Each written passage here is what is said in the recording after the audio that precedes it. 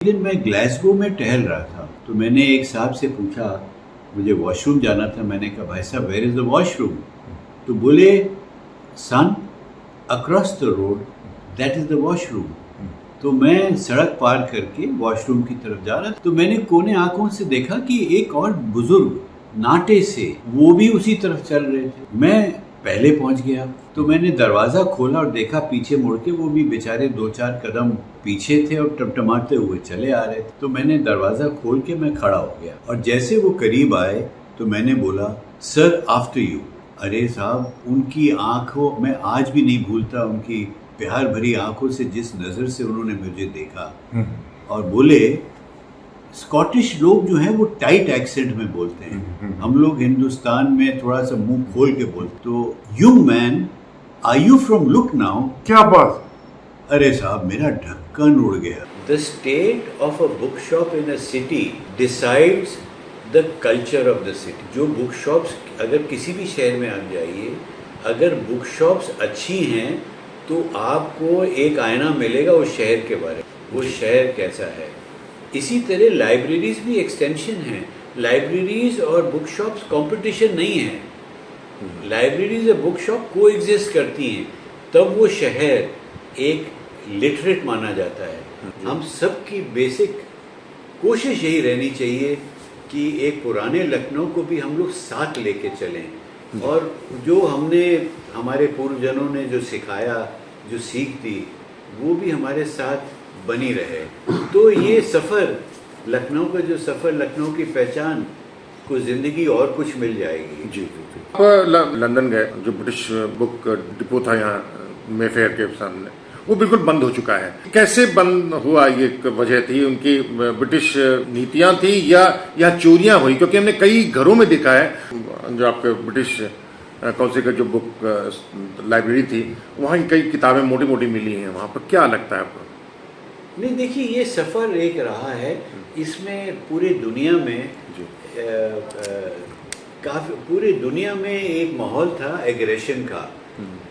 वो कहते हैं टेरिटोरियल एम्बिशन से कब्ज़ा किया जाता था मुल्कों पे और वहाँ की धरोहर, वहाँ की जो बेसिक कल्चर है उसको कैप्चर किया जाता था और उसको मॉडिफाई किया जाता था अपने अपने परिप्रेक्ष्य में। अब जैसे कॉलोनलाइजेशन था, वो एक शुरुआत में तो एक हिंदुस्तान एक सोने की चिड़िया थी, उसके आकर्षक होके ईस्ट इंडिया कंपनी आई और उसको करते करते उन्होंने पूरे मुल्क पे कब्ज़ा कर लिया और उन्होंने चाहा कि ये इंडिया भी एक पार्ट बन जाए ब्रिटिश कॉमनवेल्थ का और वो लोग रूल करें इंडिया को।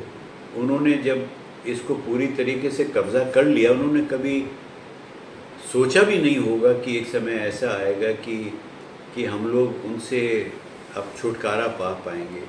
ये एक इतिहास का एक पार्ट है और एक हम समझते हैं कि बुजुर्गों की हमारी एक जो लोगों की जो पूजा पाठ जो हम लोगों का बेसिकली बुजुर्ग लोग कर गए हैं, उन्होंने हमको बचाया है और वापस। लेकिन ब्रिटिश जो लाइब्रेरी थी उसका बंद होना, वो आपके व्यवसाय के लिए लाभदायक है या नुकसानदेह? देखिए, मैं आपको एक बात बता दूं, दो बातें मैं कहूँगा। The state of a book shop in a city decides the culture of the city. जो बुक शॉप्स, अगर किसी भी शहर में आप जाइए, अगर बुक शॉप्स अच्छी हैं तो आपको एक आईना मिलेगा उस शहर के बारे में, वो शहर कैसा है। इसी तरह लाइब्रेरीज भी एक्सटेंशन हैं। लाइब्रेरीज और बुक शॉप्स कंपटीशन नहीं है। लाइब्रेरीज और बुक शॉप को एग्जिस्ट करती हैं, तब वो शहर एक लिटरेट माना जाता है। ये कहें कि साहब वो लाइब्रेरीज आ गई तो बुक शॉप बंद हो गई, नहीं नहीं नहीं, एक दूसरे को हेल्प करती हैं एक दूसरे को। और एम क्या है, लाइब्रेरी का एम क्या है, बुक शॉप का एम क्या है, कि उस वातावरण में एक कल्चर, एक इंसानियत का बीज बोएं उस शहर में, तो वो दोनों मिल के करती हैं। ब्रिटिश काउंसिल लाइब्रेरी, जहाँ तक आपने बात कही, बहुत बेहतरीन एक सेंटर था जहाँ लोग बैठते थे, पढ़ते थे, आधा घंटा घंटा बैठते थे।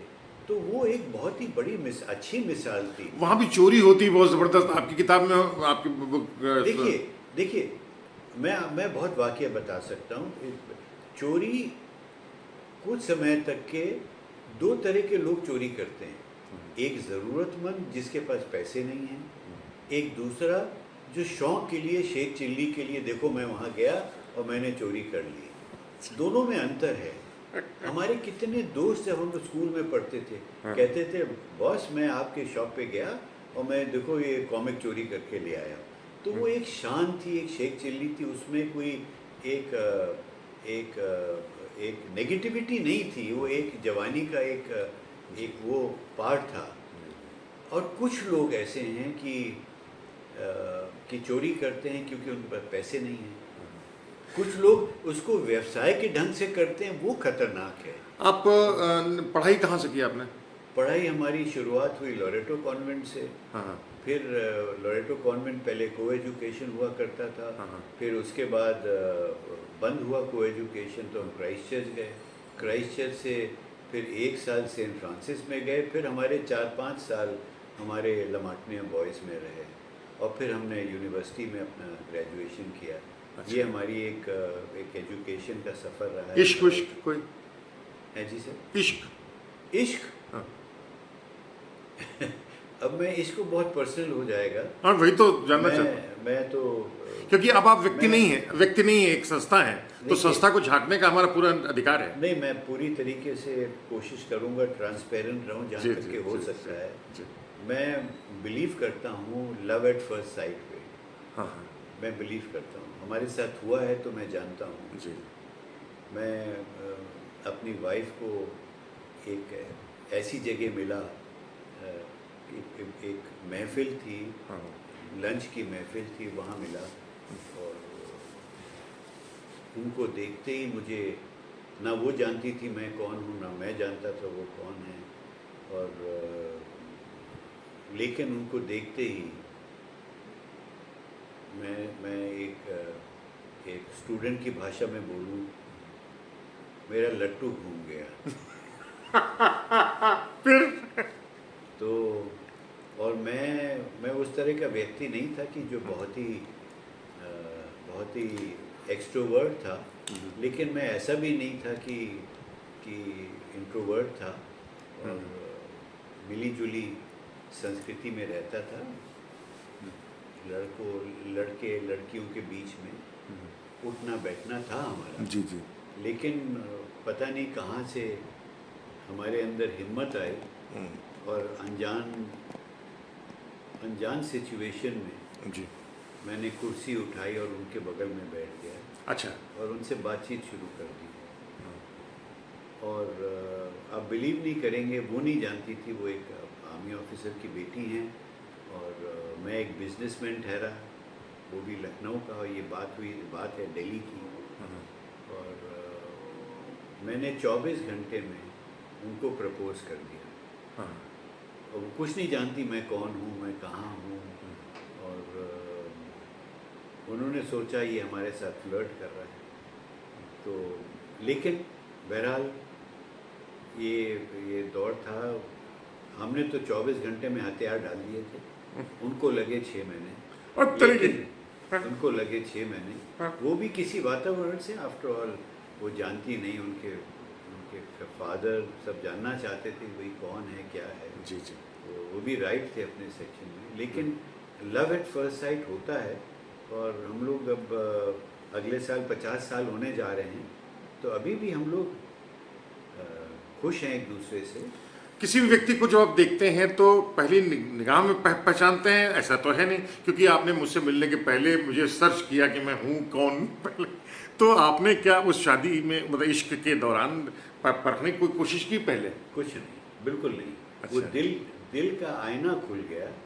और उसी ने सारी भाषा, क्या बात, सारी भाषा उसी ने, वार्तालाप जो भी किया हमारे दिल ने किया। और वो तभी मैं कहता हूँ लव एट फर्स्ट साइट होता है।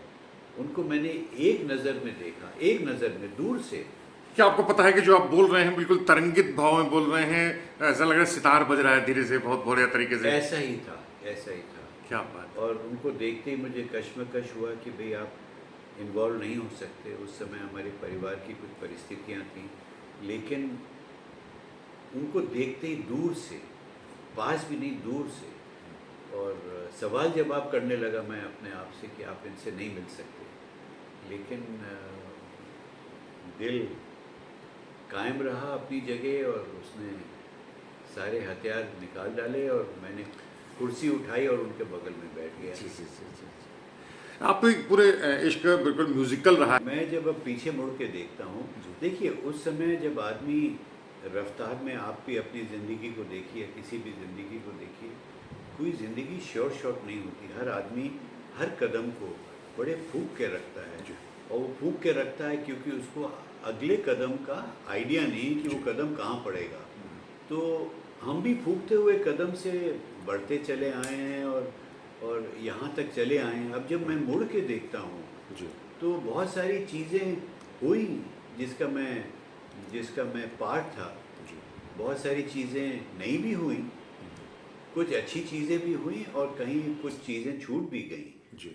तो लेकिन सफ़र, मैं ये कहूँ उसका श्रेय मैं लूँगा, मैं श्रेय बिल्कुल नहीं लूँगा। ये सर्कमस्टांसेस होती हैं जो आपसे करा ले जाती हैं। सर्कमस्टांसेस कभी आपको अच्छे वातावरण में खड़ी कर देती हैं, सर्कमस्टांसेस कभी आपको एक चैलेंजिंग सिचुएशन में खड़ी कर देती हैं, और साथ में डेस्टिनी भी है। तो बहुत सारी चीज़ें हैं। हजरतगंज चौराहे के कोने पर इनकी दुकान है किताब की, नाम है यूनिवर्सल बुक सेलर्स। किताबों का असर कैसे पड़ता है, चंद्र प्रकाश जी उसकी जीती जागती प्रतिमा है, नमूना है, एक मिसाल है। हमारे साथ मौजूद हैं आज चंद्र प्रकाश जी। आप किताब में जीते हैं, किताब बेचते हैं, या उसको सजोते हैं, या ज्ञान बेचते हैं, क्या करते हैं? मैं आपका बहुत बहुत तहे दिल से धन्यवाद देना चाहता हूँ कि आपने इस नाचीज़ को इस लायक समझा कि आपने हमारा एक इंटरव्यू लेने की आपने सोच आपने ऐसी प्रकट की आपने। और हमारे लिए तो हर्ष की बात है कि आप हमसे हमारे व्यवसाय और हमारी जो रफ्तार रही है ज़िंदगी की, उसके बारे में आप कुछ पूछना चाह रहे हैं। मैं एक साधारण सा सिटीज़न हूँ लखनऊ में। हमारी पैदाइश लखनऊ में हुई है 1952 में। हमारे वालिद गोविंद राम जी लगभग 1930 के आसपास लखनऊ आ गए थे। उस समय अनडिवाइडेड इंडिया था और लखनऊ में आके उन्होंने एक व्यवसाय शुरू किया किताबों का और मैगज़ीन्स का, और उन्होंने अपने पैर जमाए। और जब उन्होंने पैर जमाए तो वहाँ के जो उनके रिश्तेदार थे या जो पड़ोसी में लोग थे, उनको भी बुला लिया और उनको भी काम सिखाया। क्या बात। और काम सिखा के उनको अलग अलग दुकानें खुलवा दी। अंग्रेजी में एक वर्ड है मेंटरिंग। मेंटरिंग करके उनको अलग अलग दुकानें खुलवा दी, जैसे कि कानपुर, जबलपुर, चंडीगढ़, दिल्ली, इलाहाबाद, इन सब जगह उनको दुकानें खुलवा दी। और सब ने यूनिवर्सल का नाम लेके अपना व्यवसाय शुरू किया। अद्भुत। और यूनिवर्सल सब ने जहाँ जिस शहर में थे बड़ी मेहनत से अपना नाम कमाया और उस समाज की सेवा की। और यूनिवर्सल एक ब्रांड नेम बन गया बुक से कनेक्टेड। जैसे बाटा शू से कनेक्टेड हो गया, तो यूनिवर्सल भी किताबों से कनेक्ट हो गया उसका। ये हमारी वालिद की देन थी। और आज आप हर शहर, किसी भी शहर में आप जाएंगे तो 2, 4, 5, 10 दुकानें ज़रूर पाएंगे यूनिवर्सल के नाम से। तो ये तो हमारे वालिद की शुरुआत थी और उनकी मेहनत थी, उनकी लगन थी, जिसको हम कहते हैं हम फॉर्चुनेट हैं कि उसको हम आगे ले जा पाए हैं। और मैं दूसरी पीढ़ी का हूँ। अच्छा। मेरे फादर ने शुरू किया था, मैं दूसरी पीढ़ी का हूँ। और अब हमारी चौथी पीढ़ी भी सामने आ गई है। अच्छा अच्छा। तो पूरे हिंदुस्तान में बहुत कम आपको प्रोफेशनल बुक शॉप्स मिलेंगी हाँ जो चौथी पीढ़ी तक पहुंच चुकी हैं। हाँ मैं समझता हूँ ये ऊपर वाले की देन है कि उन्होंने हम पे कुछ आशीर्वाद बख्शा है कि हम लोग यहाँ तक पहुँच पाए हैं और इज्जत से पहुँच पाए हैं। कितनी दुकानें हैं लखनऊ में आपकी? हमारी 2 दुकानें हैं, एक हजरतगंज में है और एक हमारी गोमती नगर में। लेकिन जो और भी इंदिरा नगर या अलीगंज में है, ये क्या है? देखिए, लखनऊ में कम से कम यूनिवर्सल के नाम से 10-15 दुकानें खुली हैं। नाम आगे पीछे का चेंज कर देते हैं। अच्छा अच्छा। लेकिन हमसे जो कनेक्टेड हैं 2 ही हैं, जी। एक हजरतगंज चौराहे पे है, एक गोमती नगर में है। हमारे वालिद थे गोविंद राम और उसके बाद हम आखिरी वंशज बचे हैं 2nd जनरेशन के। अब हमारी आगे की जो पीढ़ी है, हमारे भतीजे हैं मानव प्रकाश और हमारे बेटे हैं गौरव प्रकाश और अब चौथी पीढ़ी राघव प्रकाश भी आ गई है सामने। तो हम लोग इस बात को मुहिम को आगे ले जा रहे हैं। इस किताब की दुनिया के पीछे सिर्फ एक व्यवसाय नहीं है, एक दुनिया की सोच भी इसमें शामिल है। इसमें सेंसिटिविटी है, सोशल कंसर्न है, सिंपैथी है, एम्पैथी है, सब कुछ है। ये अगर हम लोहे के व्यवसाय में बिजी होते या मैं साड़ी के व्यवसाय में होता या मैं मिठाई के व्यवसाय में होता, व्यवसाय सब अच्छे हैं लेकिन हमारी सोच अलग होती। आज हमारी सोच, बहुत इम्पोर्टेंट बात ये है कि उसमें एक सोशल ऑब्लिगेशन इन्वॉल्व है। हम सिर्फ एक फिजिकल लेवल पे व्यवसाय नहीं कर रहे हैं, हमारे साथ वो सोशल ऑब्लिगेशन बहुत सारी जुड़ी हुई हैं। देखिए, लखनऊ एक ऐसा शहर है जिसकी मैं क्या कहूँ आपसे कि बहुत बहुत बड़ी पहचान है। ये एक शहर नहीं है, ये एक जीता जागता इंसानी रूप, जैसे कहते हैं ना, सेल्स, लिविंग सेल्स। तो ये भी एक शहर एक लिविंग सेल की तरह है और इसकी जो सेल्स के अंदर जो इसकी ताकत है वो यहाँ के लोग हैं, यहाँ का प्यार है, यहाँ की मोहब्बत है। देखिए, हमारी पैदाइश तो 52 में हुई और अंग्रेज़ी स्कूल में पढ़ा और सब अच्छे स्कूलों में पढ़ा, इत्तेफाक था, मेरी खुशकिस्मती थी जी। लेकिन लखनऊ को मैंने सही माने में जी। तब पहचाना 1984 में, सही माने में। जी। मेरे वालिद भी शायर थे, उनका तकल्लुस था अंदाज। अच्छा। वो ये रफ़ियाम क्लब के प्रेसिडेंट भी रहे हैं। अच्छा। और अली ज़हीर साहब और इन सब लोगों के साथ काफ़ी उनका उठना बैठना था। और लेकिन हम लोग की पैदाइश इंग्लिश मीडियम स्कूल्स में हम लोग पढ़े बड़े हैं, तो वहीं से हम लोग आगे निकले। लेकिन लखनऊ की जो सही पहचान थी वो 1984 में मुझे ब्रिटिश गवर्नमेंट ने इनवाइट किया था। अकेला आदमी था मैं, हमारे लिए एक स्पेशल इनविटेशन भेजा था उन्होंने कि ब्रिटिश बुक इंडस्ट्री को उनसे रूबरू हों, पब्लिशर से मिलें, बुक सेलर से मिलें। 3-4 हफ्ते का वो एक सिलसिला था जी। तो मैं वहाँ गया हुआ था। तो एक दिन मैं ग्लासगो में टहल रहा था हाई स्ट्रीट पे, तो मैंने एक साहब से पूछा, मुझे वॉशरूम जाना था। मैंने कहा, भाई साहब, वेयर इज़ द वॉशरूम? तो बोले, son, across the road that is the washroom. तो मैं सड़क पार करके वॉशरूम की तरफ जा रहा था, पेवमेंट पे ही था। तो मैंने कोने आंखों से देखा कि एक और बुजुर्ग नाटे से, काफ़ी बुजुर्ग, टमटमाते हुए वो भी उसी तरफ चल रहे थे। मैं पहले पहुंच गया और वो स्विंग डोर था, तो मैंने दरवाज़ा खोला और देखा पीछे मुड़ के वो भी बेचारे 2-4 कदम पीछे थे और टमटमाते हुए चले आ रहे थे धीरे धीरे। तो मैंने दरवाज़ा खोल के मैं खड़ा हो गया और जैसे वो करीब आए तो मैंने बोला, सर, आफ्टर यू। अरे साहब, उनकी आंखों, मैं आज भी नहीं भूलता उनकी प्यार भरी आंखों से जिस नज़र से उन्होंने मुझे देखा और बोले, स्कॉटिश लोग जो हैं वो टाइट एक्सेंट में बोलते हैं, हम लोग हिंदुस्तान में थोड़ा सा मुंह खोल के बोलते हैं, जबान खोल के बोलते हैं।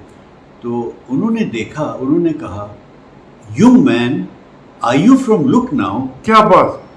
अरे साहब, मेरा ढक्कन उड़ गया। क्या बाप रे बाप! हमने कहा 1984 ग्लासगो की एक गली में एक अनजान आदमी लखनऊ से चला और उसको एक आदमी मिला, कह रहे आप लखनऊ से हैं? अरे मैंने कहा ये इंटेलिजेंस का आदमी है, मैंने इधर देखा उधर देखा, मैंने कहा मैं बिल्कुल एक्चुअली सही माने में ढक्कन उड़ गया। माफ करिएगा शब्दों का, लेकिन मैं आपको सही बयान कर रहा हूँ। बिल्कुल अप्रोप्रिएट शब्द का इस्तेमाल आपने किया है। और मैं खुद भी अपना अनुभव है, जयपुर, जोधपुर और माली पारवान में जब मैं गया, जिनसे भी बातचीत की वो सीधे हमसे बातचीत करते समय कहते थे आप लखनऊ के क्या। लेकिन ग्लासगो में, ब्रिटेन में जाकर के ये स्थिति हो सकती है, ये हम लोग को गर्व करना चाहिए। तो मैंने कहा, sir how did you know where I come from? बोले, young man, what you did can only come from a person from Lucknow. माफ करिएगा, मैं आज भी मेरे आंखों में आंसू होते हैं, मेरे रोंगटे खड़े होते हैं कि आप मुझे बताइए कौन सी दुनिया का एक एक्ट है जिसको दुनिया में आप कुछ करें और बता दें दुनिया वाले कि आपके शहर को बिलोंग करते हैं। ये अद्भुत एक मिसाल थी, ये थे लखनऊ। और मैं आपको बताऊं, मैं जहाँ जहाँ मुझे मौका मिलता है मैं ये दोहराता हूँ कि लोगों को बताता हूँ कि ये है लखनऊ। इसमें मेरी कोई पर्सनल वो नहीं थी, हो सकता वो यंग आदमी होता तो मैं नहीं करता, लेकिन हम लोग को बचपनों से सिखाया गया ये लखनऊ की शख्सियत है कि बुजुर्गों का आदर करना और पहले आप, ये एक हमारे संस्कार के अंदर घुसा हुआ है।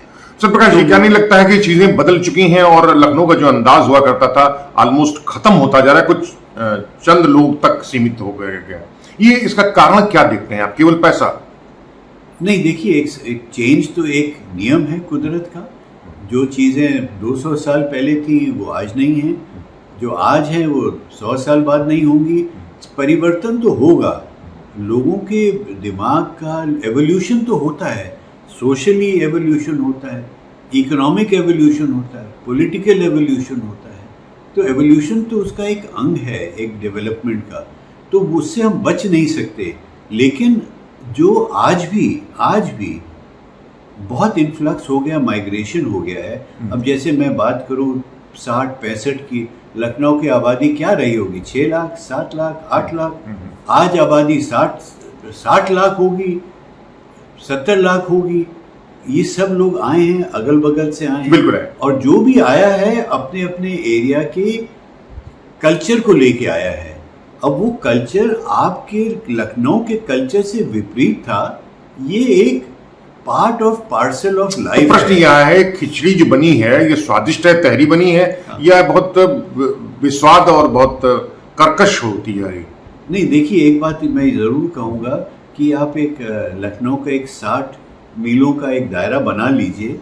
यहाँ के संस्कार कुछ अलग ही किस्म के थे, इज्जत के थे, प्यार मोहब्बत के थे।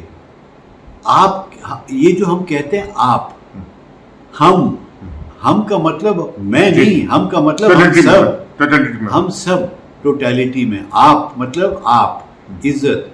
तो पॉइंट इज ये इस 60 किलोमीटर की जो एक अवध और ये लखनऊ की जो एक जियोग्राफिकल बाउंड्री है, ये इसमें सीमित था। और ये बहुत सारे घरों में तो आज तक चला आ रहा है, लेकिन कहीं कहीं बिखर भी गया है। अब जैसे अगर कोई गोरखपुर से आ रहा है, कोई वेस्टर्न यूपी से आ रहा है, वहाँ की भाषा, वहाँ की बातचीत करने का ढंग एक अलग है। कहीं का एग्रेसिव है, कहीं का कैसा है। हमारी जो भाषा थी, हमारी जो एक बात करने की शैली थी, उसमें एक नम्रता थी, उसमें एक प्यार का एहसास था, इज्जत का एहसास था। वो आज भी है, मैं नहीं मान सकता कि पूरी तरीके से गायब हो गया है। लेकिन देखिए आप जो कल्चर के तौर पर देखिए, जो बचपन में हम देखते थे गालियां भी चलती जाती थी, अब जो गालियां आ रही हैं वो उससे बिल्कुल दूसरी धुरी पर होती है, जैसे डंपो के, चिड़िया के, सादा है, इस तरीके की बातचीत करते हैं, लेकिन कभी गंदी शब्दों का इस्तेमाल नहीं किया। अब केवल वही होता है। देखिए समाज बहुत एग्रेसिव होता चला जा रहा है, इसके कई कारण हैं। इसका एक जो एक पीयर प्रेशर है, जी जो आजकल इंटरनेट का युग है और जो केबल टेलीविज़न है, पूरी दुनिया की सोच आप तक आ रही है, तो दुनिया में एक बड़ा अजीब किस्म का एक एग्रेशन शुरू हो गया है जी। अब वो एग्रेशन से लखनऊ कब तक बचेगा?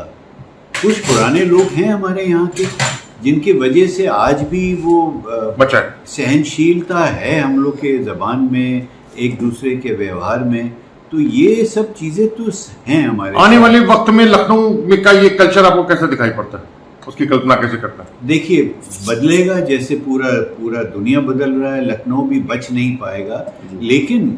लेकिन हम लोग सब के जो पुराने लोग हैं, हम सब की बेसिक कोशिश यही रहनी चाहिए कि एक पुराने लखनऊ को भी हम लोग